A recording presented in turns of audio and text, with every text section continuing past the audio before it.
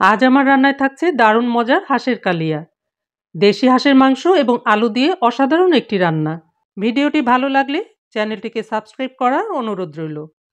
চুলার জালটি না ধরিয়ে যে হাঁড়িতে মাংসটা রান্না করব সেই হাঁড়ির মধ্যে নিয়েছি একটি দেশি হাঁস। কাটার আগে হাঁসটির ওজন ছিল 2.5 কেজি। কাটার পরে 2 কেজির কাছাকাছি হবে। হাঁসটাকে কেটে ধুয়ে পরিষ্কার করে পানি ঝরিয়ে নিয়েছি। মাংসটা প্রথমে মাখিয়ে নিয়ে পরে চুলার জালটাকে জ্বালিয়ে দেব। তাই এই মাংসের মধ্যে দিয়েছি পেঁয়াজ বাটা আধা কাপের মতো, দিয়েছি 1 টেবিল চামচ আদা বাটা, 1 চা চামচ রসুন বাটা, 1 চা চামচ হলুদের গুঁড়ো, 1 চা চামচ জিরা গুঁড়ো, 1 চা চামচ ধনে গুঁড়া, 1/4 চা চামচ গোলমরিচের গুঁড়া, অর্থাৎ 1 চা চামচের 4 ভাগের 1 ভাগ, 1 চা চামচ লাল মরিচের গুঁড়া, 1 চা চামচ লবণ। ঝাল এবং লবণটা আপনাদের স্বাদ অনুযায়ী দিতে পারেন। 2টো তেজপাতা এভাবে ছিঁড়ে দিয়েছি, 3 টুকরো দারচিনি, 3টি এলাচ, এলাচগুলোর মুখগুলোকে ফাটিয়ে দিয়েছি, আধা কাপ অর্থাৎ 100 গ্রামের মতো সাদা তেল। এবার সব উপকরণ একসঙ্গে ভালো করে মেখে নেব। একটু সময় করে মাখিয়ে নিলে রেস্টে রাখার প্রয়োজন হবে না। তারপরে একটি ঢাকনা দিয়ে ঢেকে দিলাম এবং চুলার জালটাকে ধরিয়ে দিয়েছি। মাংসটা সিদ্ধ হওয়া পর্যন্ত এভাবেই রান্না করব। চুলার জালটাকে মিডিয়াম আঁচে রেখে রান্নাটা করে নেব। এই রান্নাটাকে স্পেশাল করার জন্য 2টি স্পেশাল মশলা তৈরি করব। প্রথমে চুলায় ফ্রাই প্যান গরম করে এর মধ্যে নিয়েছি 2টি তেজপাতা, পাতাটাকে কুচি করে দিয়েছি। নিয়েছি 4 টেবিল চামচ ধনিয়া, এরপর নিয়েছি 2 টেবিল চামচ জিরা, 1 টেবিল চামচ গোলমরিচ। এখন এই সব মশলাগুলোকে লো ফ্লেমে 2 মিনিট টেলে নেব।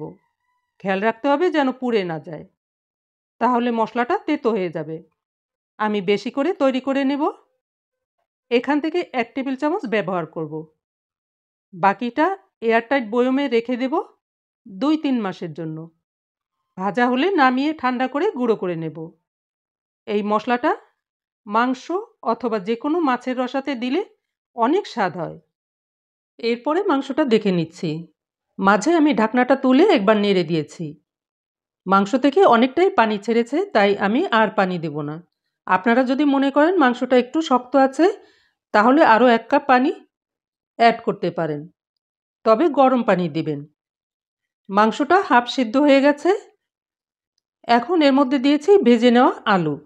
আমি 3-4টি আলুর সঙ্গে স্বাদ অনুযায়ী লবণ মাখিয়ে সামান্য তেলে 3-4 মিনিট ভেজে নিয়েছি। তারপর ঢেকে দিয়ে সব কিছু সেদ্ধ হওয়া পর্যন্ত অপেক্ষা করব। আরও একটি স্পেশাল মশলা মাংস ফোড়ন দেওয়ার জন্য ভেজে নেব। তার জন্য আলাদা একটি কড়াই গরম করে তাতে দিয়েছি 2 টেবিল চামচ রান্নার তেল। তেলটা গরম হলে এর মধ্যে দিয়েছি বড় সাইজের একটি পেঁয়াজ কুচি। পেঁয়াজটাকে নরম হওয়া পর্যন্ত ভেজে নেব। তারপর দিয়েছি 2-3 কোয়া রসুন কুচি, আধা চা চামচ মেথি দানা। এখন পেঁয়াজটা ব্রাউন কালার হওয়া পর্যন্ত ভেজে নেব। এই মশলাটা দিবার জন্য মাংসের স্বাদটা দ্বিগুণ বেড়ে গেছে। এছাড়া হাঁসের যে একটা গন্ধ থাকে সেই গন্ধটাও থাকবে না। এরপরে মাংসের হাঁড়ির ঢাকনাটা খুলে নিলাম। মাংস আলু দুটোই সেদ্ধ হয়ে গেছে। এই পর্যায়ে পেঁয়াজ রসুন এবং মেথির যে ফোড়নটা করেছি সেই ফোড়নটা তেল সহ এই মাংসের মধ্যে দিয়ে দিলাম।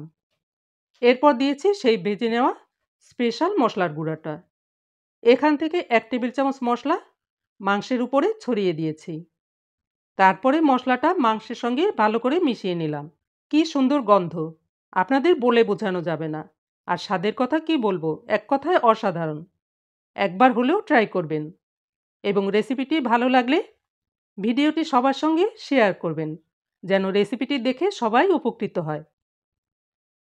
এরপর 2টো কাঁচা লঙ্কা দিয়ে চুলার জালটাকে একদম লো রেখে 2-3 মিনিটের জন্য ঢাকনা দিয়ে লাগিয়ে দেব এবং ঢাকনাটাকে সামান্য একটু ফাঁকা রাখব।